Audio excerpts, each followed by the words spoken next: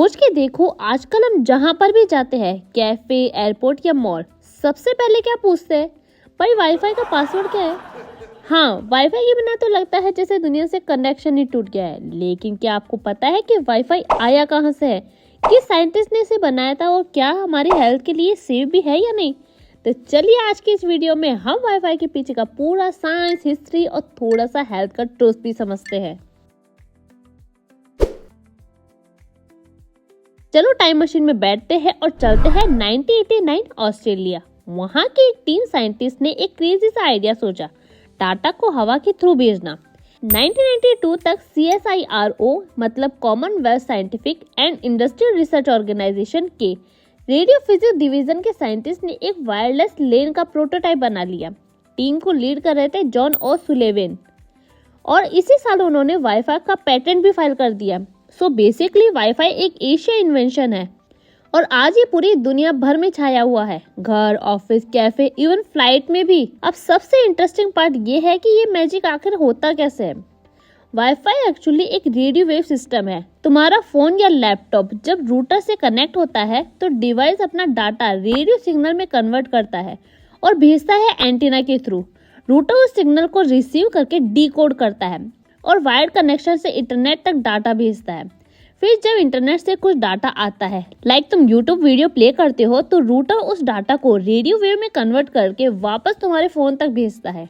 बस यही है वाईफाई का इनविजिबल कम्युनिकेशन सिस्टम। और ये सब होता है 2.4 गीगाहर्ट्ज, 5 गीगाहर्ट्ज और नए वर्जन में 6 गीगाहर्ट्ज फ्रीक्वेंसी बैंड पर।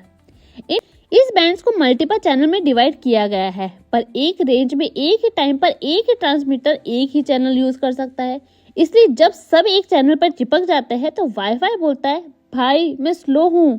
आज के टाइम में वाईफाई हर जगह मिलता है, रेस्टोरेंट, एयरपोर्ट, ऑफिस, सब जगह।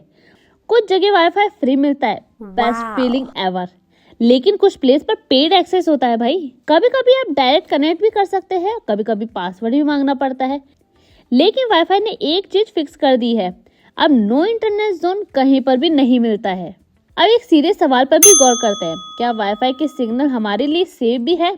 तो सुनो, वर्ल्ड हेल्थ ऑर्गेनाइजेशन के हिसाब से, यानी कि WHO के हिसाब से, वाईफाई के नॉर्मल सिग्नल से कोई भी हार्मफुल इफेक्ट एक्सपेक्ट नहीं किया गया है। मतलब चिल करो, सेफ है। हाँ, WHO के IARC यानी कि international agency of research on cancer ने radio frequency wave possibly carcinogenic group में रखा था, लेकिन वो मोबाइल फोन रेडिएशन के बेसिस पर रखा था, न कि वाईफाई पर। और यूके के हेल्थ प्रोटेक्शन एजेंसी ने बोला था कि 1 साल तक वाईफाई यूज करने से उतना ही रेडिएशन मिलता है जितना कि 20 मिनट मोबाइल कॉल से मिलता है। रिसर्च तो ये भी कहती है कि जो लोग अपने आप को इलेक्ट्रोमैग्नेटिक हाइपर सेंसिटिव समझते हैं, उनका वाईफाई से डायरेक्ट लिंक साइंटिफिकली तो प्रूव नहीं हुआ है। सो बॉटम लाइन ये है कि वाईफाई सेफ है जब तक कि आप रूटर के गले नहीं लग जाते। सोच के देखो, एक छोटी सी डिवाइस हवा में सिग्नल भेजकर तुम्हें दुनिया के किसी भी कोने से कनेक्ट कर रही है, बिना किसी केबल, बिना किसी वायर, सिर्फ एयरवेव से। वाईफाई ने हमारे काम करने, पढ़ने और एंटरटेनमेंट के तरीके को एकदम बदल के रख दिया है। ये एक इनविजिबल पावर है जो लिटरली हमारी जिंदगी को चला रही है।